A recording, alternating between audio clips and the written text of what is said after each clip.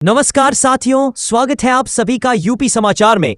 चलिए नजर डालते हैं यूपी के सभी 75 जिलों की छोटी बड़ी खबरों पर। लेकिन उससे पहले आप यह वीडियो किस राज्य, गांव, शहर या मोहल्ले से देख रहे हैं, हमें कमेंट करके जरूर बताएं ताकि हम आपके गली, शहर, मोहल्ले की खबर आप तक पहुंचा सके। गोरखपुर के 20 आंगनबाड़ी केंद्रों का नवीनीकरण होने से बच्चों की उपस्थिति में वृद्धि हुई है। एलईडी टीवी और खिलौनों के माध्यम से रोचक शिक्षा मिलने से अभिभावक उत्साहित है। जिला कार्यक्रम अधिकारी के अनुसार कुछ केंद्रों में बच्चों की संख्या दोगुनी हो गई है। अब अन्य केंद्रों का भी विकास किया जाएगा और 283 आंगनबाड़ी केंद्रों पर एलईडी टीवी लगाई जा रही है। केंद्रों में आधुनिक सुविधाएं उपलब्ध है। गोरखपुर के राजघाट इलाके में पुलिस और टाटा कंपनी की संयुक्त टीम ने एक गोदाम पर छापा मारकर 3.4 क्विंटल नकली टाटा नमक बरामद किया। मौके पर टाटा चाय पत्ती और फेविक्विक के फर्जी रैपर भी मिले। कंपनी को नकली सामान बेचे जाने की शिकायत मिल रही थी, जिसके बाद यह कार्रवाई की गई। उत्तर प्रदेश सरकार तिलहन उत्पादन बढ़ाने हेतु किसानों को मुफ्त मिनी किट देगी। कृषि विभाग द्वारा रबी मौसम में राई और सरसों के 2-2 किलो बीज मुफ्त मिलेंगे। जिला कृषि अधिकारी के अनुसार पंजीकृत किसान 1 से 25 सितंबर तक agridarshan.up.gov.in पर ऑनलाइन बुकिंग कर सकते हैं। लॉटरी से किसानों का चयन होगा और जिले में 3400 मिनी किट बांटी जाएंगी। दिल्ली रोड पर माधवपुरम गेट के पास शुक्रवार सुबह एक ट्रक खराब होने से भीषण जाम लग गया। लगभग 2 घंटे तक वाहन रेंगते रहे, जिससे दिल्ली रोड और ट्रांसपोर्ट नगर में वाहनों की लंबी कतारें लग गई। पुलिस ने छोटे वाहनों को डायवर्ट किया और क्रेन बुलाकर ट्रक को हटवाया, जिसके बाद यातायात सामान्य हो पाया। वाहन चालकों को भारी परेशानी का सामना करना पड़ा। राज्य भर में बच्चों के आधार कार्ड बायोमेट्रिक अपडेट के लिए विशेष अभियान शुरू किया गया है। अगर आधार अपडेट नहीं कराया गया तो बच्चों को स्कूल प्रवेश, परीक्षा, छात्रवृत्ति और डीबीटी योजनाओं में परेशानी का सामना करना पड़ सकता है। आधार अपडेट कराने से सरकारी योजनाओं और शैक्षिक सुविधाओं का लाभ आसानी से मिलेगा। कानपुर में एक सेवानिवृत्त बैंक कर्मी साइबर ठगी का शिकार हुआ।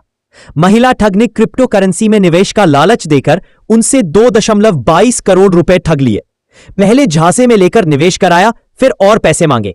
शक होने पर पीड़ित ने साइबर क्राइम थाने में शिकायत दर्ज कराई, जिसके बाद पुलिस ने जांच शुरू कर दी है। गोरखपुर के 20 आंगनबाड़ी केंद्रों का नवीनीकरण होने से बच्चों की उपस्थिति में वृद्धि हुई है। एलईडी टीवी और खिलौनों के माध्यम से रोचक शिक्षा मिलने से अभिभावक उत्साहित है। जिला कार्यक्रम अधिकारी के अनुसार कुछ केंद्रों में बच्चों की संख्या दोगुनी हो गई है। अब अन्य केंद्रों का भी विकास किया जाएगा और 283 आंगनबाड़ी केंद्रों पर एलईडी टीवी लगाई जा रही है। केंद्रों में आधुनिक सुविधाएं उपलब्ध है।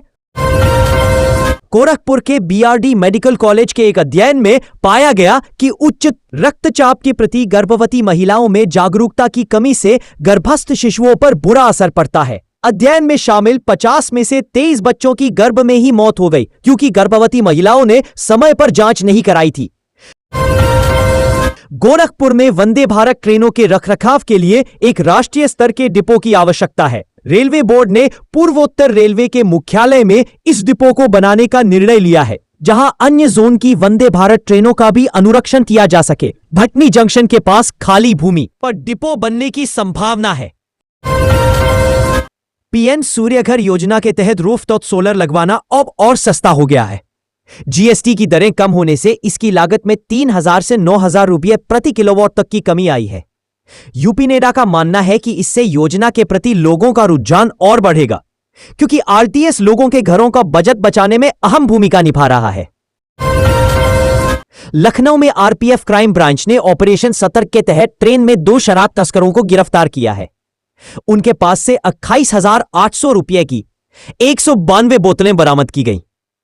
पूछताछ में आरोपियों ने बताया कि बिहार में शराबबंदी के कारण वे तस्करी करते थे और प्रति चक्कर 3 से 4 हजार कमाते थे। गिरफ्तार किए गए आरोपियों में सीतापुर का शिवम जायसवाल और सदरपुर का अवधेश वर्मा शामिल है। उत्तर प्रदेश सरकार तिलहन उत्पादन बढ़ाने हेतु किसानों को मुफ्त मिनी किट देगी। कृषि विभाग द्वारा रबी मौसम में राई और सरसों के 2-2 किलो बीज मुफ्त मिलेंगे।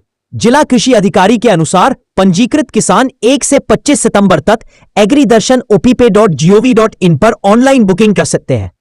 लॉटरी से किसानों का चयन होगा और जिले में 3,400 मिनी किट बांटी जाएंगी। वाराणसी में साइबर ठगी का शिकार हुए पीएसी के रिटायर्ड कंपनी कमांडर लल्लन प्रसाद को 3 साल बाद 43 लाख रुपए वापस मिले। साइबर क्राइम थाना की टीम ने मेहनत से ठगों को पकड़ा और उनके खातों को होल्ड कराया। लल्लन प्रसाद ने खुशी जताई और पुलिस टीम का आभार व्यक्त किया। पुलिस ने इस मामले में 17 साइबर ठगों के खिलाफ चार्जशीट दाखिल की है। नेपाल में जैन विवाद से वाराणसी के पर्यटन उद्योग को झटका लगा है। पर्यटकों ने नेपाल की यात्रा रद्द करनी शुरू कर दी है, जिससे टूर ऑपरेटर परेशान है। हिंदू और बौद्ध सर्किट का हिस्सा नेपाल में होने से वाराणसी पर भी असर पड़ेगा। बुकिंग रद्द होने से होटल और परिवहन व्यवसाय प्रभावित हो रहे हैं, जिससे करोड़ों का नुकसान होने का अनुमान है। प्रयागराज के कटरा स्थित समिया माई दुर्गा पूजा कमेटी इस बार मीनाक्षी मंदिर की तर्ज पर पंडाल बना रही है। 80 फीट ऊंचे इस पंडाल में बच्चों के लिए जंगल थीम भी होगी, जिसमें जानवरों की आवाजें सुनाई देंगी। भारतीय सेना के शौर्य को भी प्रदर्शित किया जाएगा। माता की मूर्ति जिस शेर पर विराजमान होगी वह दहाड़ेगा। प्रयागराज में विमान सेवाओं की संख्या घटकर आधी हो गई है। अब केवल 7 शहरों के लिए सीधी उड़ानें उपलब्ध है। डीजीसीए की नई शीतकालीन समय सारिणी 29 अक्टूबर से लागू होगी, जिसमें पुणे, कोलकाता और गुवाहाटी के लिए उड़ानें फिर से शुरू होने की संभावना है। महाकुंभ 2025 के दौरान शुरू की गई अतिरिक्त उड़ानें भी बंद हो गई, जिससे कनेक्टिविटी की समस्या बढ़ गई है। पटना और आसपास के इलाकों में बादल छाए रहने और हल्की बारिश की संभावना है। मौसम विभाग ने 22 जिलों में गरज और बिजली पारकून की समस्या भी है, गिरने की चेतावनी जारी की है। कुछ जिलों में भारी बारिश की आशंका है। अगले 5 दिनों में तापमान में विशेष बदलाव की संभावना नहीं है। शुक्रवार को पटना में उमस भरी गर्मी रही और अधिकांश जिलों में तापमान में वृद्धि हुई। नवादा में ग्रामीण कार्य विभाग की सड़क सुदृढ़ीकरण योजनाओं का शुभारंभ हुआ। 700 करोड़ रुपए की लागत से 580 सड़कों का जीर्णोद्धार किया जाएगा। मंत्री अशोक चौधरी ने बताया कि 811 किलोमीटर लंबी सड़कों का सुधार होगा और 11 नए पुल बनेंगे। इस योजना से ग्रामीण अर्थव्यवस्था को बढ़ावा मिलेगा और नागरिकों का आवागमन सुगम होगा। पटना में डेंगू का प्रकोप बढ़ रहा है, जहां शुक्रवार को 15 नए मामले सामने आए। नगर निगम क्षेत्र में 370 से अधिक मामले दर्ज किए गए हैं। सिविल सर्जन ने अस्पतालों में जांच और बेड बढ़ाने की जानकारी दी है। बांकीपुर अंचल में सबसे अधिक डेंगू के मरीज मिले हैं।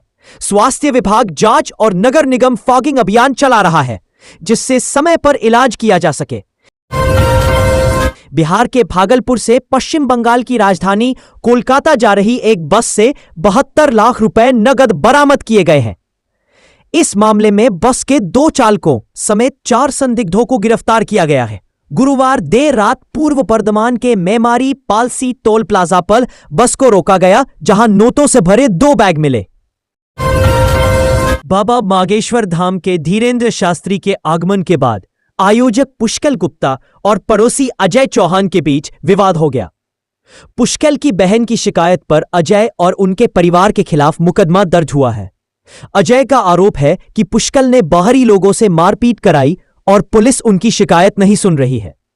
मामला हरि पर्वत थाने में दर्ज है। उत्तर प्रदेश लोक निर्माण विभाग पीडब्ल्यूडी में अब 40 लाख तक के कार्यों की स्वीकृति प्रमुख सचिव देंगे। पहले यह अधिकार विभागाध्यक्ष के पास था। नई व्यवस्था से क्षतिग्रस्त सड़कों और पुलों के निर्माण में बाधा आ रही है। पीडब्ल्यूडी डिप्लोमा इंजीनियर संघ ने मुख्यमंत्री से हस्तक्षेप की मांग की है, क्योंकि उन्हें प्रमुख सचिव की स्वीकृति का इंतजार है, जिससे मरम्मत कार्यों में देरी हो रही है। गेल इंडिया द्वारा लाइन शिफ्टिंग के कारण आगरा में सोमवार दोपहर से 26 घंटे पीएनजी बाधित रहेगी। कमलानगर आवास विकास सिकंदरा सहित 50,000 उपभोक्ता प्रभावित होंगे। पितृपक्ष में वैकल्पिक इंतजाम किए जा रहे हैं। 6 सीएनजी स्टेशन भी प्रभावित रहेंगे। सिकंदरा वाल्व बंद होने पर आपूर्ति बाधित हो सकती है। वृंदावन के बांके बिहारी मंदिर में 2.5 दशक से भोग भंडार बंद है। जिससे भक्तों को बाजार से प्रसाद लाना पड़ता है। मंदिर प्रबंधन से भोग भंडार की पुरानी परंपरा को फिर शुरू करने की मांग की गई है ताकि भीड़ नियंत्रण हो और शुद्ध प्रसाद मिल सके। सेवायत आचार्य प्रहलाद वल्लभ गोस्वामी ने गुणवत्तापूर्ण प्रसाद के लिए भोग भंडार शुरू करने का आग्रह किया है। मथुरा में राशन कार्ड में दर्ज सदस्यों की ई-केवाईसी का अभियान चल रहा है, लेकिन लगभग 14% सदस्यों ने अभी तक ई-केवाईसी नहीं कराई है। कारण 2.28 लाख लोगों का राशन रोक दिया गया है। डीएसओ संजीव कुमार सिंह ने बताया कि ई-केवाईसी कराने के कई अवसर दिए